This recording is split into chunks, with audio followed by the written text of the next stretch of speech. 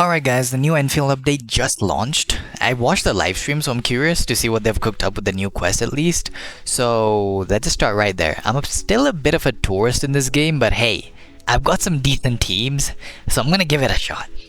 And quickly, why does this keep happening to me? Anyways, new BP weapons I guess. Pretty cool. I play Arknights on and off, like Enfield, a lot, and I really want to like this game, so I'm still here trying. I'm still trying to see what they can cook. I think the story got better the last update, so we'll see what's happening here. Anyways, for context, this is spoiler. There are three masters, we need to beat them because they kidnapped the viceroy, and they're Mifu's old masters, so she went from when she was at the stockade, so she feels responsible, and of course administrator somehow gets into this whole situation without Perlica or anyone noticing. Oh wow, this is a very cool villain. Kinda reminds me of the Kung Fu Panda one. A little goofy, but I do like it. Oh, Mifu's kid is actually pretty cool. Ooh. Bro, I really like the impact behind her attacks. Anyways, her kit looks great, but she's absolutely shelled in these fights. If you did not know, she's applying maximum stacks of vulnerability on the final blow. So don't take this as an actual showcase of how powerful she is in teams, because this is just shield for now. Anyways, really cool boss introduction here, which they kind of abandoned the idea after this one. I don't know why. Oh yeah, every now and again Enfield gives you really good scenery to look at. This is really nice. Anyways, the first fight is pretty good. I liked it. It introduced a new mechanic. Nothing groundbreaking, but hey, they put some effort into it, so I do find it to be pretty nice. Now, this backstory should have been fleshed out a lot more if they wanted to sell Mifu to me. Like, I got beat up and they took care of me. It just isn't enough to justify years of loyalty to the stockade just disappearing. Like, I get that she's explaining later on that she always thought parts of this were, like, the feud was stupid, but it also feels like this was the first time she really started thinking for herself. Anyways, there's also this relationship with Tang Tang that has been teased and implied for like so long, but for some reason it just keeps getting sidelined over and over, and we're just getting tidbits here and there. Anyways, off we go to do some Assassin's Creed errands. Oh my god, bro. Oh, hell no, man. What the fuck, man? Get your ass on, man. Her senior master has so much storytelling potential. Like, there is so much history here than what they actually showed us, and this is so disappointing because honestly, he was my favorite character for this whole quest line.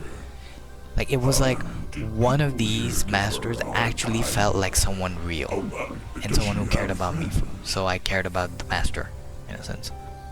I will say this though, sometimes they do the lighting so well and it just carries the environment.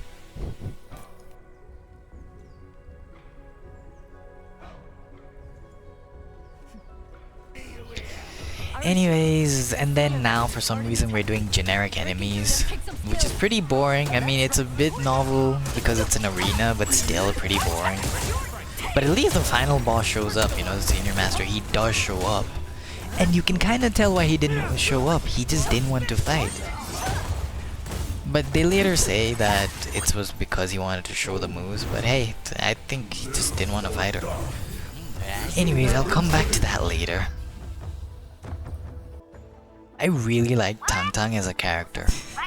Honestly, she's still my favorite in Enfield, and I lost her in a 50-50, and I was so happy. I have like no regrets. Anyways, this is where things get a bit weird.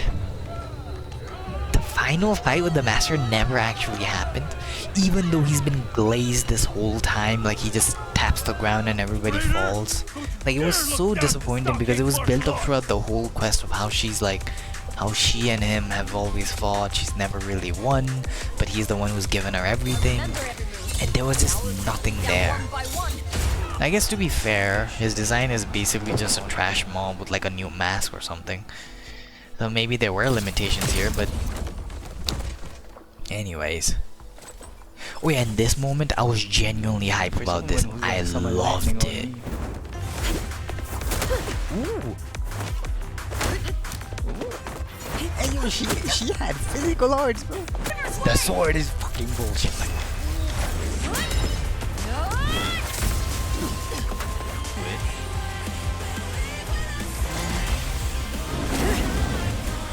No, that had to stay longer. Goddamn. I do think they kind of cut it short. Probably because of budget or development constraints, but holy shit, if they could do the whole thing, she would sell. Anyways, you know, there's a little bit of after story. And yeah, she does beat up the administrator because he figured out the plot halfway through and never told her. And just a suggestion for purely gacha selling purposes, if she simply said, the endmen come here, then cut to black, then there is like a lot of room for imagination for them weirdos out there, yeah? It's the guy, her master. Anyways, this is actually the senior master's design that I immediately thought of when I first saw him. It's literally just an existing enemy, just painted red. Anyways, for all the hate watchers out there, here's me pulling on the banner.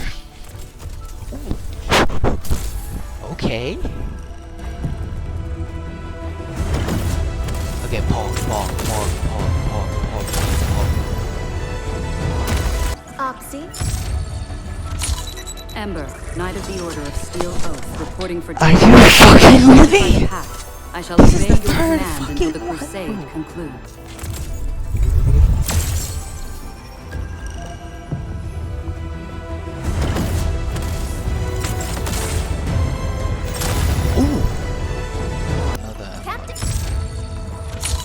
Greetings, Administrator. You are f***ing me. Anyways, the update honestly doesn't have that much content. It's basically a 2.5 to like a 3-hour quest. There's no major like factory content or new systems. Events should start rolling out soon though, and the endgame is coming soon. Contingency contract, so I think people are still like waiting for that to come out to see how good the game is. As for the story itself, I think it ended up a bit weaker than the previous quests because I really thought it was getting better. Tang was honestly absolutely perfect. Okay, I'm lying a little bit, I'm glazing, but I really liked it. Anyways, well, to be fair, Tang was part of the main storyline while this is basically just a side story, and maybe that's the difference. Mifu as a character though sadly feels a bit shallow because they just couldn't explore her depth. Because the sword focused combat, I mean, I don't see why she ever pulls out the sword ever. Because her gauntlets are so perfect and that is the selling point. So I have no idea why they've decided to do that. There was so much potential that they just like... I think they needed more cutscenes and more interaction. More time to breathe. Like 2.5 hours seems long, but it wasn't enough to give her the depth that they've been like putting up there for so long. Anyways, nothing here that would make me reinstall the game if I had already quit. I would still wait for a bit more. But that said, as a character, she does seem like a very strong physical support because she has grouping and susceptibility both at the same time. And I think I may end up pulling her before the banner ends. I'm not totally sold just yet. I'll see how good she is, and if I think she's very valuable for a future, then maybe I will. What about everyone else? Hey?